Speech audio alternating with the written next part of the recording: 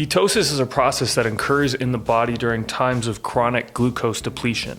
Now, when the body runs out of glucose, it in turn turns to use ketones for fuel, hence the name ketosis. Ancestrally speaking, this would have been very beneficial in times of a drought or another natural disaster where our ancestors were unable to obtain their preferred macronutrient, carbohydrates, as a source of fuel.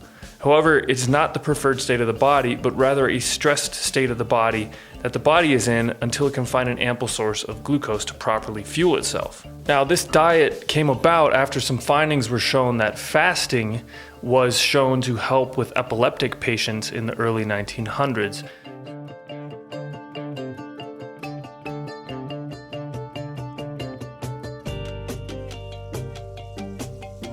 So the doctors back then wanted to find a way to keep the patients in a state of ketosis, since they hypothesized that the fasting was what was causing the ketosis and therefore the regulation of the epilepsy. And it was in 1921 when Rollin Woodyatt discovered that when in a fasted state, your body actually produces 3 distinct ketones. Now, later in the 1960s, it was found in the absence of a high-carb diet with a high amount of the dietary calories coming from MCT that the body was able to produce these ketones without fasting, and thus created a novel treatment for epileptic children. But is this diet optimal for the average person? Is this diet optimal for athletes who are training in competitions? Can you really eat fat to burn fat, or does this just actually cause more insulin resistance? We're going to explore all of these here in today's video. Ketones are not the body's preferred fuel source, and the body, as shown in research time and time again, does not thrive in a ketotic state, but rather on a glucose metabolism. Now, one reason that many people think that they need to go into ketosis is the thought that they can enhance their performance, but this is a common misconception. There are a lot of studies that show that this isn't the case at all. There's no benefit whatsoever, and you can even cause a decrease in performance in certain cases and cause an adverse effect on the body when trying to recover. Now, another reason that a lot of people fall into the ketosis myth is the fact that they have this bit of hope that ketosis will help them lose that extra bit of weight on their body. But this is only in the short term. Whenever the body is running out of glycogen it has stored up and it's pushing the excess water out. In the long term, there's no advantageous effect of the keto diet over any other diet if the calories are not in check. And that a higher carb diet can actually be more effective for losing weight. In fact, the reality is the keto diet actually causes the body to not be able to respond to insulin because it becomes unfamiliar with it the longer that it goes without it. And this leads to insulin resistance. And this has actually been proven in a lot of research that the keto diet causes more insulin resistance.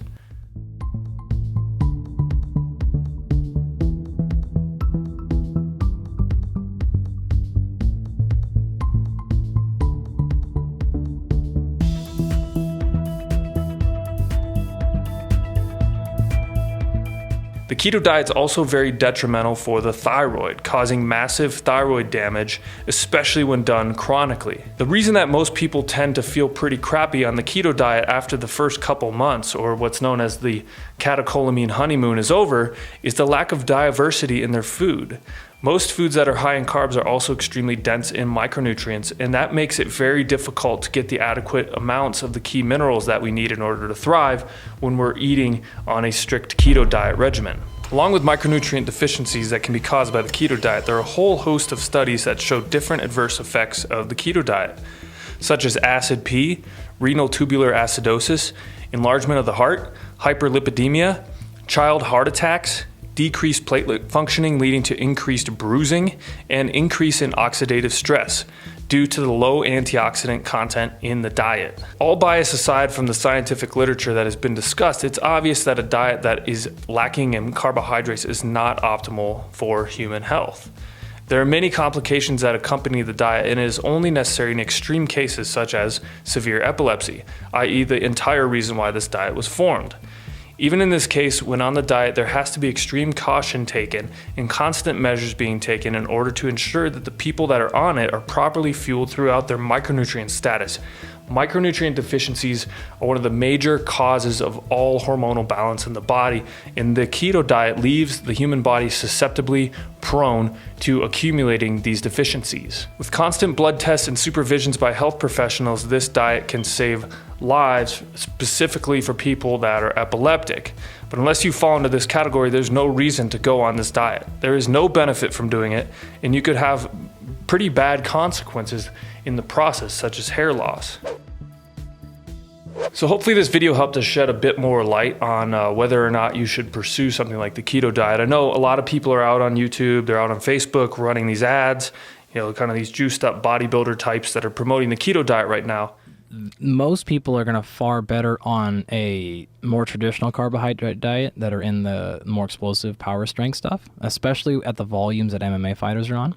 Because of the amount of output they're doing, like the amount of the requirements of the muscles. Exactly. And you have to be careful because it's the exact same principle. Either you're adapting or you're optimizing. And if you're optimizing all the time, then you're not adapting, and vice versa. So if you push yourself to one end of the spectrum, you're going to probably compromise the metabolic ability to go back to the other side of the spectrum. But there are now actually identification of several cancers that thrive on fats rather than carbohydrates. Really? Yeah.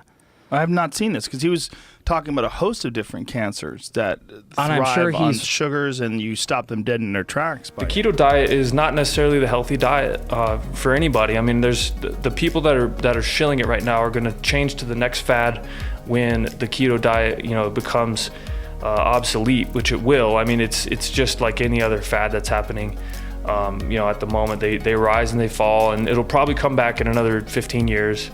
And people will think it's the newest, hottest thing again.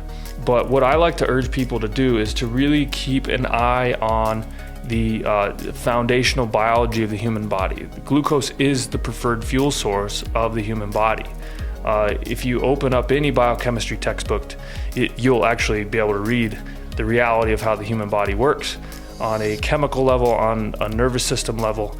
There are just some basics that cannot be ignored. And what happens with the keto diet is you push your body into a stress metabolism. So there are some problems with it. I'd say just be cautious. Look at the research if you care about the research. I'm gonna have a bunch of stuff linked below this video. If you wanna hear more about this sort of thing, I have some more videos here on the channel with some other details on it. And if you like this video, give it a thumbs up, subscribe, hit the little bell to get the notifications, and I will see you on the next video.